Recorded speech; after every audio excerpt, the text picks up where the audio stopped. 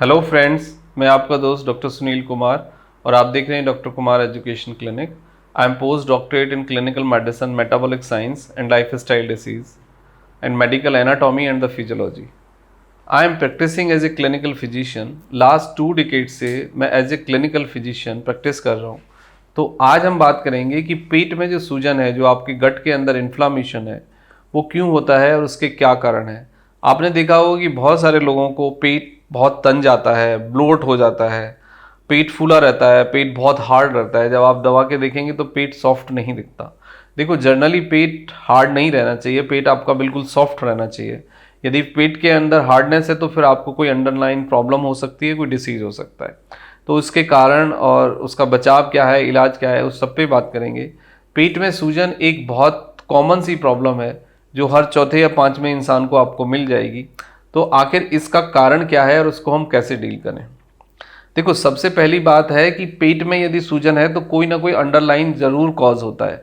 ऐसा नहीं हो सकता कि पेट में कोई स्वेलिंग हो, आपको ब्लोटिंग हो, दर्द हो, अफारा बहुत ज़्यादा आ रहा हो और कोई रीज़न ना हो। कोई ना कोई रीज़न होता है। तो सबसे पहला जो कॉज है वो इसके पीछे आपका कोई इन्फेक्शन हो सकता है, गैस्ट्राइटिस हो सकता है, पेनक्रियाज में आपका इन्फ्लामेशन हो सकता है, आपकी जो इंटेस्टाइन है उसमें इन्फ्लामेशन हो सकता है, और आपके इंटेस्टाइन के जो इन्फेक्शन है वो रेस्पॉन्सिबल हो सकते हैं। एच पायलोरिक हो सकता है। एनोरेक्टल जो पैसेज है उसके अंदर यदि स्वेलिंग है तब भी आपको ये हार्डनेस ऊपर तक जाएगी।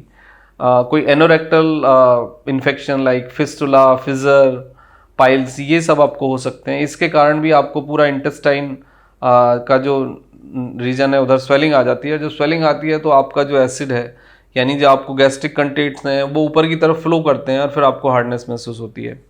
गॉल ब्लैडर स्टोन बहुत कॉमन रीज़न है। किडनी स्टोन बहुत कॉमन रीज़न है आपके गट में इन्फ्लामेशन के लिए।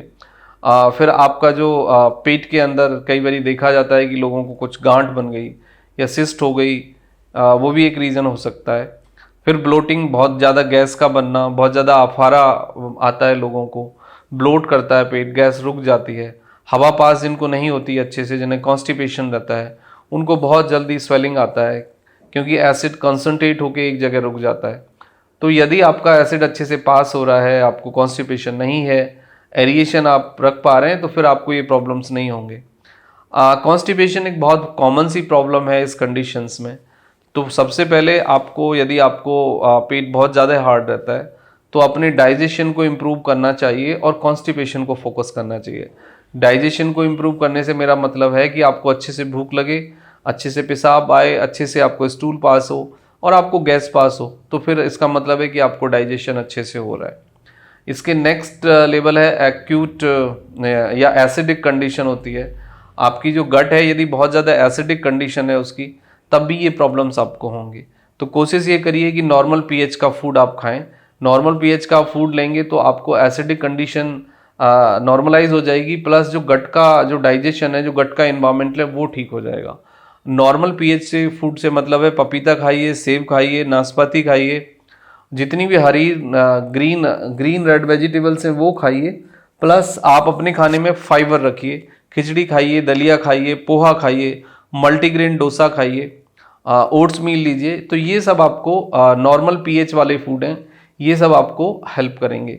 दाल यदि आप खाते हैं तो दाल को 6 to 8 आवर्स पानी में डाल के रखिए, क्योंकि दाल नेचर में थोड़ा सा एसिडिक होता है और दाल को डाइजेस्ट करना बॉडी के लिए थोड़ा सा जिद्दोजहद वाला काम होता है। तो दाल को आप सॉफ्ट फाइबर दाल में बदलिए। सॉफ्ट फाइबर दाल बनेगी कैसे कि यदि आपने 6 आवर्स पानी में दाल को डाल के रख लिया तो फिर उसका पीएच चेंज हो जाता है, नॉर्मल न्यूट्रलाइज हो जाती है दाल, और फिर दाल का डाइजेशन भी अच्छे से होता है और दाल का जो साइड इफेक्ट होता है, इन्फ्लामेटरी जो कंडीशंस पैदा करता है, वो भी वो नहीं करेगा। एग और नॉनवेज मटन्स अवॉइड करिए। पल्सेस आप खा सकते हैं लेकिन लिमिटेड खाइए और पानी में डाल के तब कुक करिए। उसके बाद आता है कि लेक ऑफ वाटर। यदि पानी की लगातार शरीर में कमी रहे फाइबर के साथ साथ, तब भी आपको पेट में स्वेलिंग आ सकती है। और उसके बाद एक कंडीशंस होती है कि पेट में स्वेलिंग आने के पीछे कि यदि आपके सलेवा का सिक्रीशन प्रॉपर नहीं हो रहा है और आपके एंजाइम्स का प्रोडक्शन पेट के अंदर प्रॉपर नहीं हो रहा है, तो तब भी आपको स्वेलिंग आएगा। तो इसके लिए ज़रूरी है कि आप गुटखा, पान मसाला ये ना खाएं।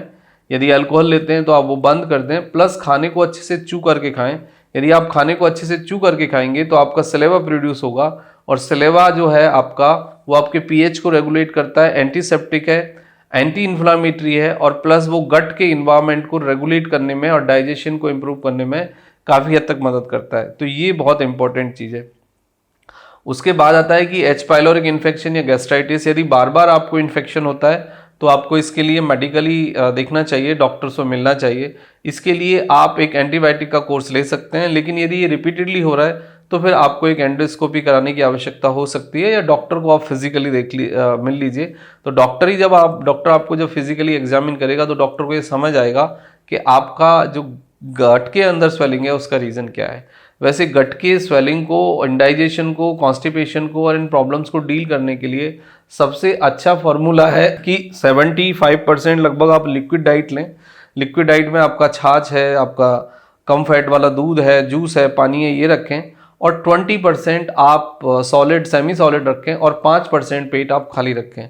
यदि ये एक कॉम्बिनेशन रेशियो आप डेवलप कर सकते हैं तो आपकी ये प्रॉब्लम दूर हो जाएंगी। फाइबर लीजिए अच्छे से खाना खाइए, टाइम पे खाना खाइए, अच्छे से च्यू करके खाइए, एक्सरसाइज करिए, वॉकिंग करिए, डीप ब्रीदिंग करिए, प्लस अपने खाने में प्रोबायोटिक रिच फूड और फाइबर रिच फूड का चुनाव करिए, जैसे कि पपीता है, हरी चटनी है, दही है, सेब है, आपका नाशपाती है, आपका पपैया है, ये सब खाइए। तो इसमें अच्छा फाइबर होता है। और रेगुलेट करिए अपनी बॉडी को, एक्सरसाइज करिए, एक पोस्चर में मत बने रहिए लंबे समय तक, प्रॉपर नींद लीजिए, और रेगुलर इंटरवल पे आप पानी पीते रहिए। लगभग 8 से 10 गिलास आपको पानी चाहिए।